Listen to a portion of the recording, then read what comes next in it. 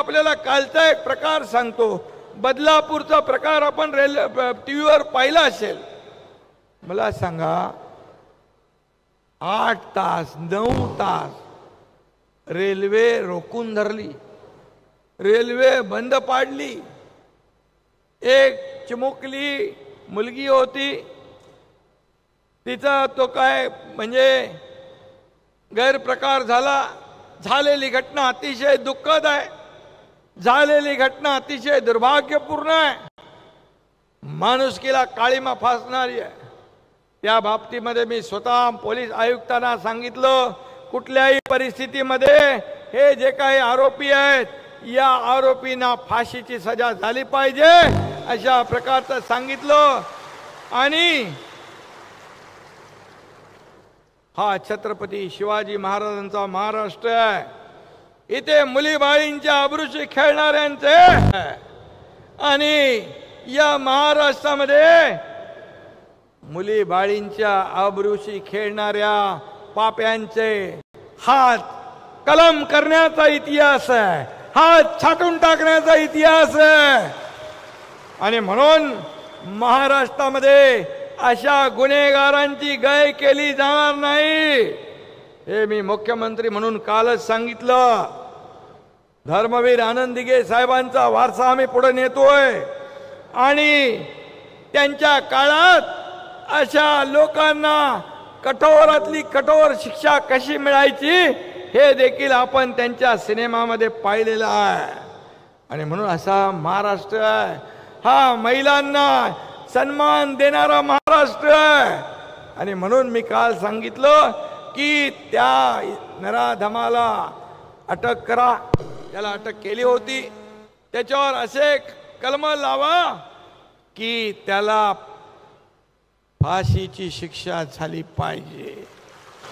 त्यामध्ये फास्ट ट्रॅकवर घ्या सांगितलं, त्याला विशेष सरकारी वकील नेमा, आम्ही त्याच्यासाठी SIT नेमलेली आहे.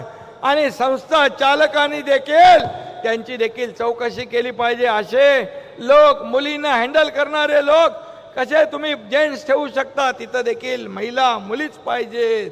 आणि म्हणून ज्या संस्था चालक यांनी देखील नियम पाळले पाहिजे, त्यांची देखील चौकशी करण्याची सूचना मी दिली आणि त्यांच्यावर देखील कारवाई करण्याच्या सूचना मी दिल्या. एवढं सगळं झाल्यानंतर मग आणखी काय पाहिजे, आणखी काय पाहिजे? आणखी एकच त्यांना तिथं राजकारण करायचं होतं. त्यांना सांगितलं आम्ही, गिरीश महाजन गेले तिथे, गिरीश महाजन गेले तिथे, आपले शालेय शिक्षण मंत्री गेले, या सगळ्यांनी त्यांच्याशी संवाद साधला. मी फोनवर स्वतः संवाद साधला, परंतु त्यांना फक्त आणि फक्त राजकारण करायचं होतं. चिमुकली, एक 4 वर्षाची चिमुकलीचं राजकारण, तिचं किती मोठं आयुष्य पडलेलं आहे. आज मीडियामध्ये काही लोक बाईट देत आहेत, काही लोक प्रेस कॉन्फरन्स घेत आहेत. अरे माझं तुम्हाला सांगणं आहे की त्या लहान मुलीच्या जीवाशी, तिच्या जीवनाशी, तिच्या आयुष्याशी खेळण्याचा प्रयत्न करू नका, तिचं आयुष्य बर्बाद करण्याचं काम करू नका. हे सरकार पूर्णपणे त्या आरोपीला फाशीच्या फंद्यापर्यंत पोहोचवल्याशिवाय राहणार नाही. पण तुम्ही काय करताय? कसे आंदोलन होत आहेत? एक बॅच गेली की दुसरी बॅच येते, दुसरी गेली की तिसरी बॅच येते. कसे आंदोलनामध्ये गाड्या भरभरून येतात, बस भरून येतात आणि मुख्यमंत्री माझी लाडकी बहीण योजनेचे तिथे बॅनर दाखवले जातात. काय तुमची पोटदुखी? अरे पोटदुखी, तुम्ही एवढी पोटदुखी, ठीक आहे, तुम्ही राजकारण करायला वेगळं प्लॅटफॉर्म आहे, वेगळे विषय आहेत, पण एका चिमुरडीच्या या चिमुरडीच्या जीवावर, तिच्या या घटनेवर तुम्ही राजकारण करताय.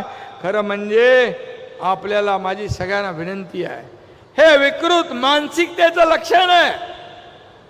आणि म्हणून या राज्यामध्ये, या महाराष्ट्रामध्ये ते म्हणत होते की मग लाडकी बहीण नको, सुरक्षित बहीण पाहिजे. मी आपल्याला सांगतो, 2 महिन्यापूर्वी, 3-4 महिन्यापूर्वी एक अशीच घटना घडली माझ्या बहिणीबरोबर आणि त्याला फास्ट ट्रॅक केसवर आम्ही चालवलं, स्पेशल वकील दिले, एव्हिडन्स दिले.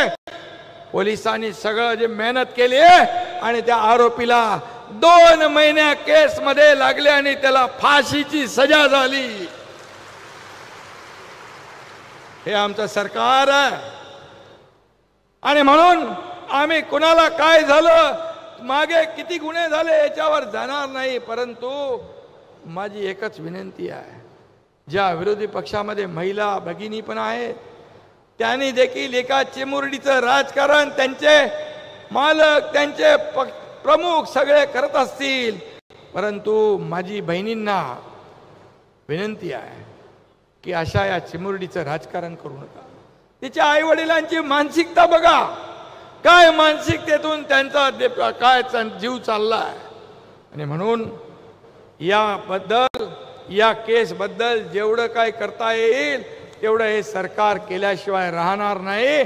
आणि असे नराधम जे कोणी असतील त्यांना मी या ठिकाणी सांगू इच्छितो, हा महाराष्ट्र आहे, हा छत्रपती शिवाजी महाराजांचा महाराष्ट्र आहे।